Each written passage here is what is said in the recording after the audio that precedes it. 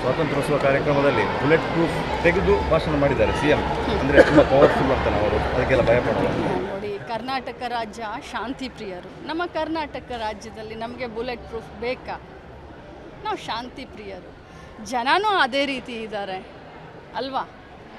ಅದಕ್ಕೆ ಸ್ಟ್ರಾಂಗು ಇದು ಇಲ್ಲ. ನಮ್ಮ ಸಿದ್ದರಾಮಯ್ಯನವ್ರು ಯಾವಾಗಿದ್ರು ಸ್ಟ್ರಾಂಗೇ, ಅದರಲ್ಲಿ ಎರಡು ಮಾತಿಲ್ಲ.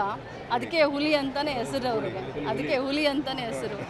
ಆದರೆ ಈ ಕರ್ನಾಟಕ ಮಹಾಜನತೆ ಶಾಂತಿ ಪ್ರಿಯರು. Thank you.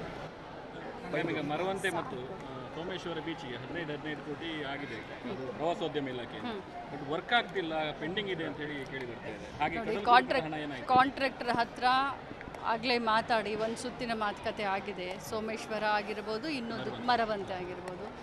ಆದಷ್ಟು ಬೇಗ ಚುರುಕನ್ನು ಮುಟ್ಟಿಸುವಂಥ ಕೆಲಸವನ್ನು ಮಾಡ್ತಾಯಿದ್ವಿ. ಹೋದ ವಾರನೇ ಕರೆದು ಕಾಂಟ್ರಾಕ್ಟರ್ ಆದಂಥ ಬಿರಾದರ್ ಅಂತ ಇದ್ದಾರೆ, ನಾನು ಬೆಂಗಳೂರಿನಲ್ಲಿ ಭೇಟಿಯಾಗಿ ಆದಷ್ಟು ಬೇಗ ಕೆಲಸ ಮುಗಿಸ್ಬೇಕು, ನಿಮಗೆ ಕೊಟ್ಟಂಥ ನಿರ್ದಿಷ್ಟ ಅವಧಿ ಒಳಗಡೆ ಕೆಲಸ ಮುಗಿಸ್ಬೇಕು ಅಂತ ನಿರ್ದೇಶನವನ್ನು ಕೊಟ್ಟಿದ್ದೀನಿ. ಇನ್ನು ಕಡಲ್ ಕೊರ್ತಕ್ಕೆ ಈಗಾಗಲೇ ನಾನು ಹೇಳಿದ ಹಾಗೆ ನಮ್ಮ ಉಡುಪಿಗೆ 5ರಿಂದ 10 ಕೋಟಿ ಅಂತ ಹೇಳಿದರು.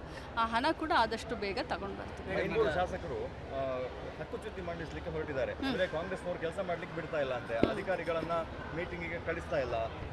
ನಿನ್ನೆ ನಡೆದ KDP ಸಭೆಯಲ್ಲಿ ಮೀಟಿಂಗ್ ಆಗಲಿಕ್ಕೆ ಬಿಟ್ಟಿಲ್ಲ, ಅರ್ಧದಿಂದ ಎತ್ಕೊಂಡು ಹೋಗಿದ್ದಾರೆ.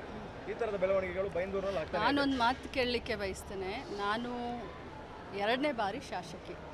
ನನಗೆ ಗೊತ್ತು ಹಕ್ಕುಚ್ಯುತಿ ಅಂದರೆ ಏನು, ಅಧಿಕಾರದ ಲಾಭ ಹೇಗೆ, ಅಧಿಕಾರದ ದುರ್ಲಾಭ ಹೇಗೆ, ನಾವು ಪ್ರೋಟೋಕಾಲ್ ಹೇಗೆ ಮೇಂಟೈನ್ ಮಾಡಬೇಕು, ಇದು ಸಾಮಾನ್ಯ ಜ್ಞಾನ ನಮಗೆಲ್ಲ ಇದೆ.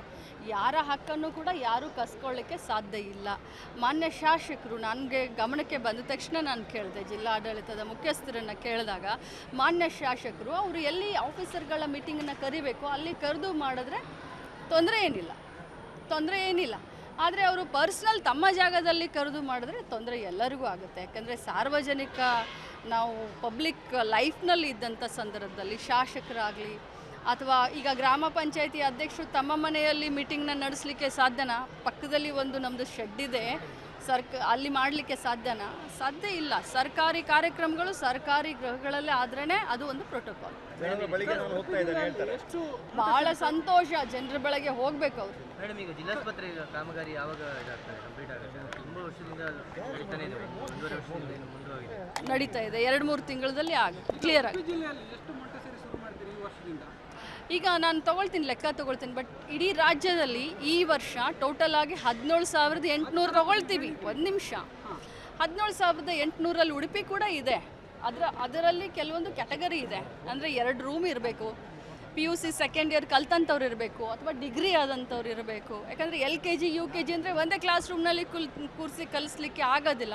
ಸಪ್ರೇಟ್ ದೊಡ್ಡ ಕ್ಲಾಸ್ ಇದ್ದರೆ ಮಧ್ಯದಲ್ಲಿ ಒಂದು ಪಾರ್ಟಿಷನ್ ಆದರೂ ನಾವು ಕ್ರಿಯೇಟ್ ಮಾಡಬೇಕು. ಟಾಯ್ಲೆಟ್ ಇರಬೇಕು, ಕಿಚನ್ ಇರಬೇಕು. ಸೊ ಈ ಎಲ್ಲ ಇದನ್ನು ಹುಡುಕೊಂಡು ಅಂಥವು ಎಷ್ಟು ಬರ್ತಾವೆ ಅಂತ ರಿಪೋರ್ಟ್ ಬಂದಿದೆ ಆಲ್ರೆಡಿ, ತಿಳ್ಕೊಂಡು ನಿಮಗೆ ಹೇಳ್ತೀನಿ. ಸರ್ಕಾರಿ ಶಾಲೆಯಲ್ಲಿ ಪೂರ್ವ ಪ್ರಾಥಮಿಕ ಶಾಲೆ ತೆಗೆಯುವುದು ಮತ್ತು ಮೊಂಟೆಸರಿ ಅದು ಇದಾಗೋದಿಲ್ಲ ಮೇಡಮ್, ಗೊಂದಲ ಆಗೋದಿಲ್ಲ? ನೋಡಿ, ಸರ್ಕಾರಿ ಶಾಲೆಯಲ್ಲಿ ಎಲ್ಲಿ ಅಂಗನವಾಡಿಗಳಿದ್ದಾವೆ ಅಲ್ಲಿ ಪೂರ್ವ ಪ್ರಾಥಮಿಕ ಶಾಲೆಯನ್ನು ತೆಗಿತೀವಿ. ಆದರೆ ಸರ್ಕಾರಿ ಶಾಲೆಯಲ್ಲಿ ಬರೀ ರಾಯಚೂರಿನಲ್ಲಿ ಅಂದರೆ ಏನು ಕಲ್ಯಾಣ ಕರ್ನಾಟಕದಲ್ಲಿ ಇಲ್ಲಿಯವರೆಗೆ 2,500 ತೆಗೆದಿದ್ದಾರೆ, ಅಲ್ಲಿಗೆ ನಿಂತ್ಕೊಂಡಿದೆ.